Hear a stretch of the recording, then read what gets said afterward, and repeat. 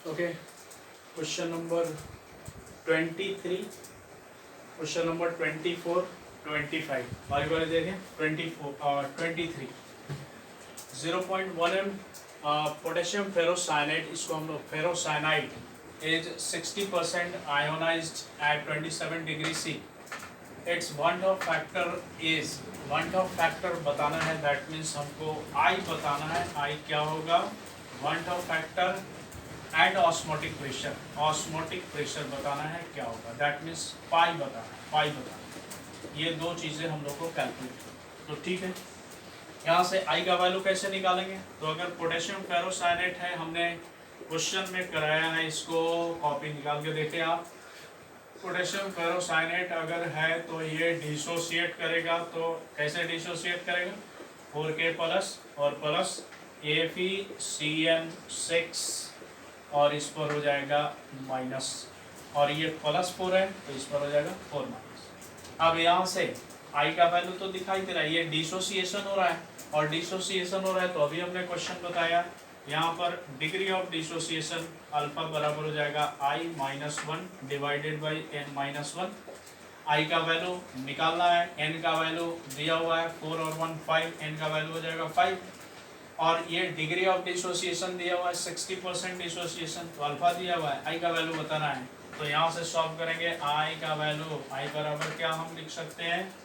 Alpha into n-1 और divided by यहाँ से दिस इज, इसको हम लोग लिख सकते हैं 1, this is equal to this, इसको ये लिख दें, और यहाँ से हाँ, यहाँ से निकालना है आई, तो आई बराबर हम लिख सकते हैं, आई बराबर ये हो जाएगा अल्फा n-1, और ये उधर जाएगा तो ये हो जाएगा +1। अल्फा का वैल्यू 60%, तो यहाँ पर 0.6, और n का वैल्यू 5 - 1 + 1, ये हो जाएगा 4, और 4 से इसको मल्टीप्लाई करेंगे, 6 चौका 24, 2.4 और +1 2.4, और ये हो जाएगा 3.4। इसको सॉल्व करेंगे तो ये आ जाएगा 3.4। बात समझ में आ जाएगा, आई निकल गया।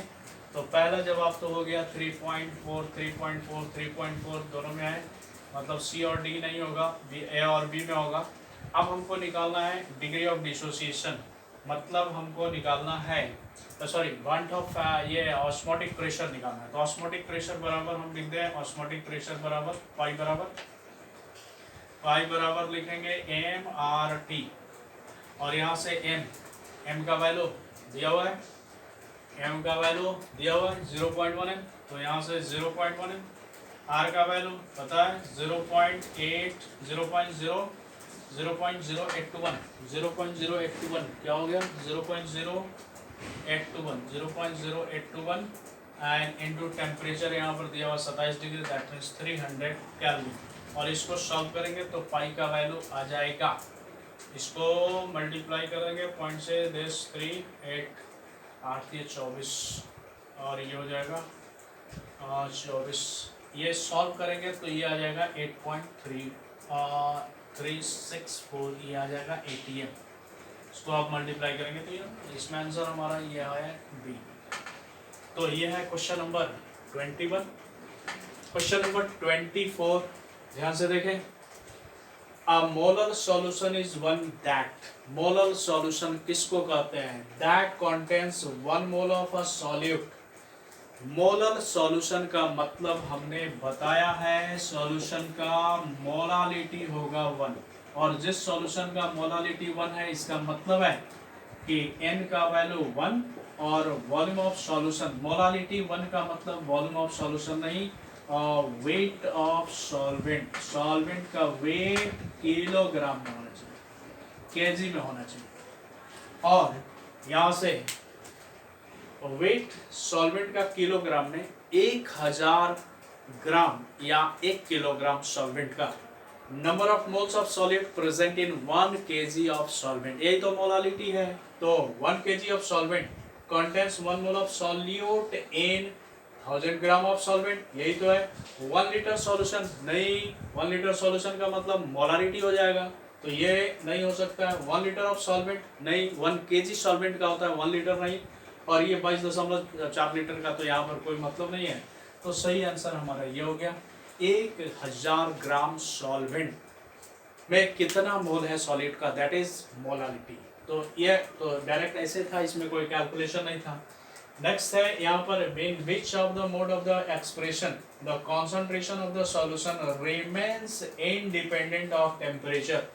टेम्परेचर पर डिपेंड नहीं करता है। कौन सा कॉन्सेंट्रेशन, देखो नॉर्मलिटी के लिए हम लोग पढ़े number of equivalent by volume. Volume यहाँ पर है, मोलालिटी बराबर हम लोग पढ़े हैं, मोलालिटी बराबर number of moles divided by weight of solute नहीं सॉल्वेंट, और मोलारिटी बराबर पढ़े हैं, मोलारिटी बराबर number of mole by volume. तो ये चीजें फॉर्मेलिटी हम लोग नहीं पढ़े हैं, फॉर्मेलिटी का जरूरत भी नहीं है। यहाँ पर मोलारिटी, नॉर्मलिटी और मोलालिटी तीन चीजें आपको पढ़ाया गया है। यहाँ पर वॉल्यूम टर्म दिया हुआ है, यहाँ पर वॉल्यूम टर्म दिया हुआ है, इसमें वॉल्यूम टर्म नहीं है। और वॉल्यूम टेम्परेचर डिपेंडेंट क्वांटिटी होता है, टेम्परेचर इंडिपेंडेंट कौन सा कॉन्सेंट्रेशन है, तो मोलालिटी हमारा टेम्परेचर इंडिपेंडेंट है, टेम्परेचर पर डिपेंड नहीं करता है। तो इसका सही जवाब हो जाएगा molality, B is the right answer. Clear है? तो इस तरह से आपके सारे क्वेश्चंस को हमने सॉर्ट आउट किया। आप इसी तरह से क्वेश्चंस को बनाते रहें। अब आप फील करोगे कि हमारा हमसे किस तरह से क्वेश्चन बन रहा है, न्यूमेरिकल्स बन रहे हैं। बच्चों को न्यूमेरिकल से बहुत डर लग रहा था, आपने बहुत सारा प्रॉब्लम्स बनाया, ये बहुत अच्छी बात है। आप आगे भी बनाते रहें और अलग से भी जो भी डाउट हो वो आप पूछ सकते हैं। तो मिलते हैं फिर अगले हम लोग क्लास में।